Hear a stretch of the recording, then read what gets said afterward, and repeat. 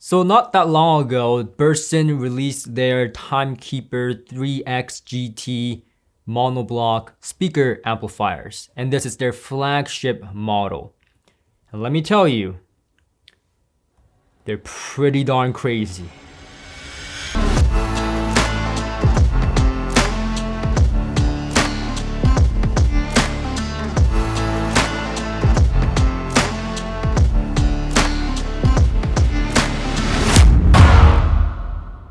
So when Burson reached out to me to review this monoblock amplifier, their flagship model, they told me that it was going to be around $4,000. And they also told me that it's going to be 110 watts into 8 ohms and 180 watts into 4 ohms.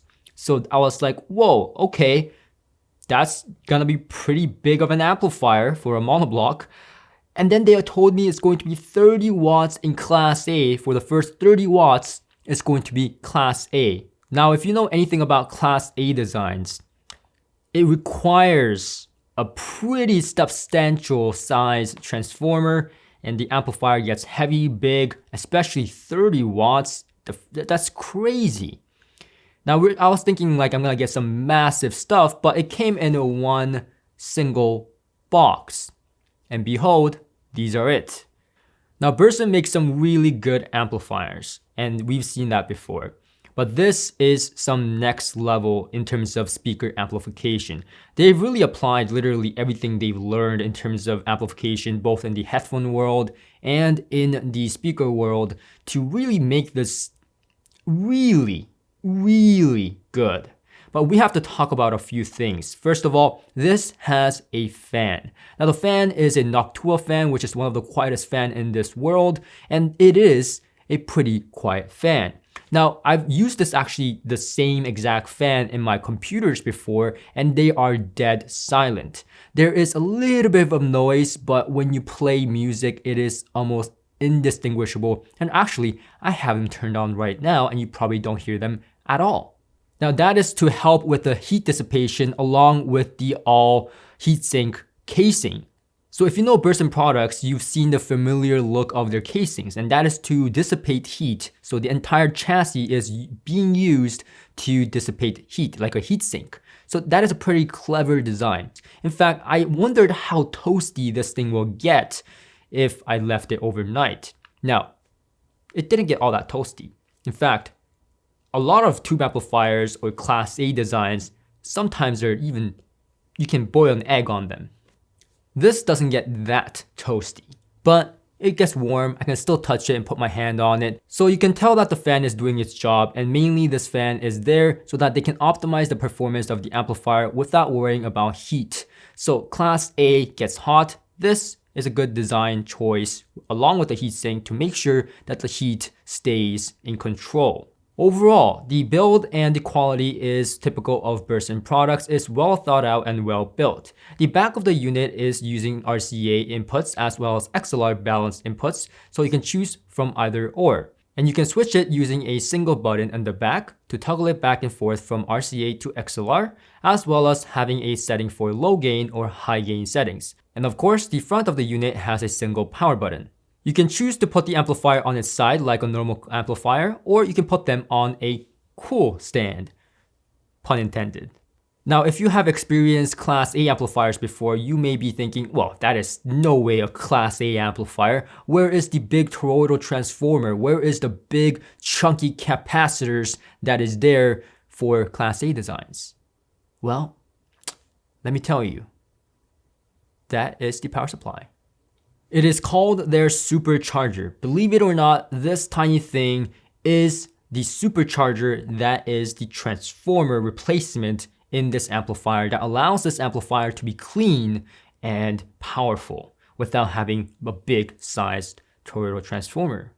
But some of you that are skeptical is probably thinking right now, those avid audiophiles, Jay, there is no way this person is gonna compete with really good actual Class A designs. And I thought the same. I'm that audiophile after all.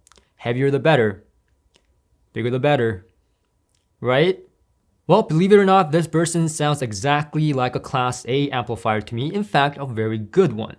So I have to be honest. So when I first got these monoblocks in, I didn't think that they will sound like a Class A design. Mainly because it's not using a typical Class A design, choices like big toroidal transformers. It's not typical. It's using this small switching power supply, and no matter how good that switching power supply is and high current this device is, I just didn't think that it was going to sound like a good Class A amplifier. I did think that it was going to sound good, but more of a good Class AB amplifier.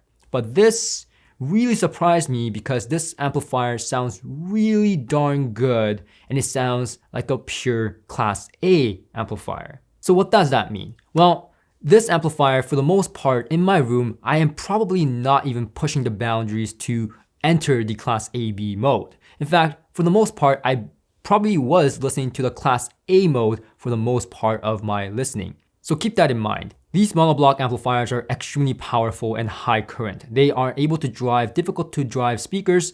Literally every speaker I threw at them, including the Bucard S400 Mark II, as well as the KEF S50 Meta speakers that I know is a pretty hard load to drive, these amplifiers just phenomenally drove them to magnificent levels. But we'll talk more about that in a later part of this video. But with sensitive speakers, it was my favorite pairing with these monoblocks. For example, my Orendo 1723 THX speakers are sensitive, rating around 92 dB in sensitivity, which means that for the most part, like I said, with sensitive speakers like the Orendos, I am running them in pure Class A mode. The sound, first of all, is enormous. The sound staging on this monoblock amplifiers are truly magnificent. The first thing that you notice, however, is the focus down in the center.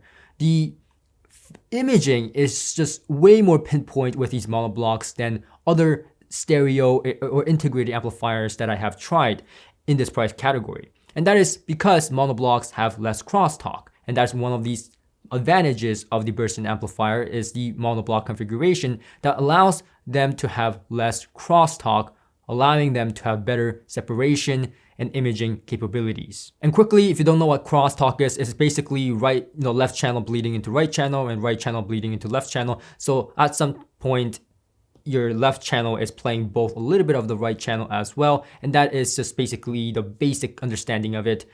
And when you separate that completely in the Burson amplifier or other monoblock configurations, the crosstalk is minimized, allowing the imaging and the separation and sound staging to be more pinpoint in your listening environment. But what is truly amazing is that not only is it focused and really detailed with separation being really good, what is impressive is the size of the soundstage and the depth of the soundstage on these monoblocks. It is enormous for a monoblock at this price point. In fact, in comparison to a lot of monoblocks that I've heard, these have the largest soundstage, even compared to my benchmark AHB2 monoblocks, or even compared to the Gatto monoblocks. These are really enormous in sound staging. It comes across to me like much more like a tube presentation in terms of the sound staging, but it's not as vivid or less distinct as a tube amplifier's sound staging. This is more pinpoint and really exact and clear, like a transparent, really transparent, but the sound staging is enormous at the same time. Initially, you may find these amplifiers to be a little bit more transparent than your personal liking, including mine. However, running these amplifiers in or letting it warm up, so to speak, the amplifiers do tend to calm down a little bit. And the upper mid-range is very transparent, as well as the high frequency and the rest of the band. Mid-range, bass, you name it, everything is dead clean. This is a highly transparent amplifier. And I never thought I would like a highly transparent amplifier because I am about that tube sound and more of that warmth. But this amplifier is quite interesting. I'm not sure if I would say it is the best amplifier I've heard or the most musical amplifier I've heard, but it is quite interesting in the way how tactile it is while preserving that Class A amplifier sound in the refinement of the high frequency as well as the upper mid-range. The only criticism I have is that on the high gain setting on this amplifier, the upper mid-range is a tad bit aggressive and a little bit tad forward for my personal liking. However, depending on the speaker and depending on your personal preference, this may play to your advantage. For example, the Bucard S400 Mark II can be a little bit light on the top frequency at times depending on your setup. So I like the best on the Bucard S400 Mark II on the high gain setting. It also allowed the drivability, the speakers to be really kind of brought to life in terms of dynamics. However, on the low gain settings, I preferred it with something like the Orendos or something more sensitive of a loudspeaker or something that is a little bit more in the neutral or warm category. Now, the Orendos are pretty neutral speakers from my reference point, so that with the low setting was my favorite because that gave me a really nice balance without that upper mid-range forwardness. And indeed, in low gain setting, that upper mid-range forwardness is gone, and it becomes a pretty linear amplifier overall from top to bottom. The amplifier overall is a pretty muscular sound if you think about it in terms of the punch and the dynamics, but it's very clean. So it may come across a little bit leaner if you are used to that more warm and full sounding amplifier choices. But this amplifier paired up with some a little bit warm or neutral speakers is a really good match because it brings out the high frequency sweetness and dynamics and micro contrast while really having that bass punch and dynamics. And if you think that this amplifier can't create low frequencies to satisfaction, you are dead wrong. These kick ass in the bass region. It is subtle and linear in terms of its extension. So if you're expecting boost in the bass, that is not what these do. But if you're looking for accurate bass, fast, tactile, and slamming bass, these amplifiers do that to almost perfection in my books. Pair these monoblocks with a tube DAC like my AudioNode 0.1x tube DAC or a tube preamplifier like the hifi that I have, the iCan. It's actually a headphone amplifier, but a really good preamplifier as well, and I'll get into that in a different video. But pair it up with something like that, and you are now in business for a really musical, wide, deep sound stage that you've never heard before. Okay, maybe you have, but it's really darn good. And that really translates into a really musical and enjoyable experience that has that tube characteristic added to that Class A sound, and it's just a frenzy. It is just amazing. Now, transparency is a word that is thrown out there a lot and it's kind of abused, but I don't find transparency to be equal to brightness. Brightness is aggression. It's aggressive. It is too bright for my ears. It is too aggressive, forward sounding for my ears. And I do find it a little bit more forward than I like it personally at the high gain setting on the Burson monoblocks. But on low gain settings, that is gone. And especially if I'm using a tube preamplifier or a warmish sounding amplifier or DAC or speaker, then that upper mid-range forwardness is actually a benefit. Like I mentioned with some of those speakers I tried, like the Bucard S400 Mark II or the Q Acoustics or whatnot that I prefer in the high gain setting. So from top to bottom, this amplifier really rocks. The micro details to macro details in terms of the bass and dynamics are all there, and the detail retrieval, the transparency, it is like a veil lifted in comparison to other amplifiers I've heard, and it is the second most transparent amplifier I've heard to date. The first actually being the Benchmark.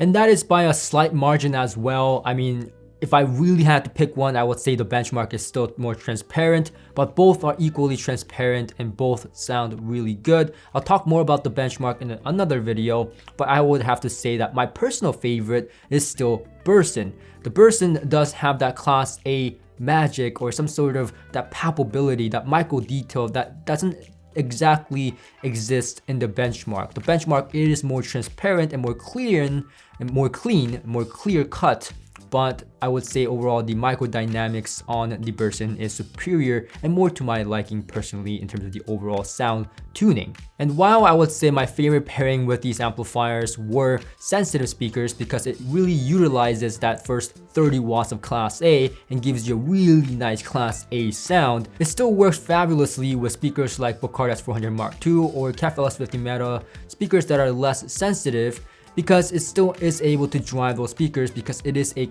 high current design. And even with those speakers, unless you're cranking it up really loud, in most small to medium sized rooms, you will be probably never deviating away from that 30 watts of Class A, which by the way, again, I have to mention, it's insane.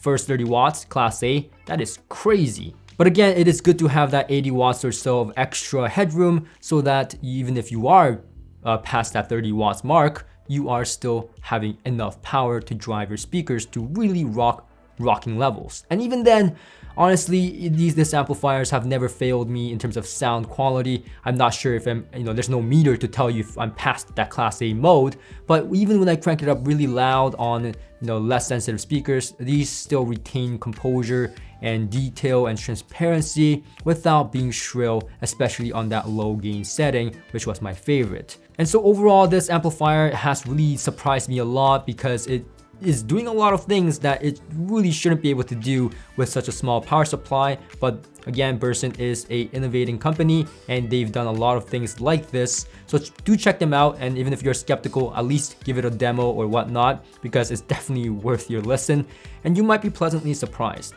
So that's pretty much it. I hope you guys enjoyed this video, and if it was, please click that like button. It does help my channel out, and subscribe. Make sure you're subscribed, and I'll see you guys on the next one. Peace. Shh.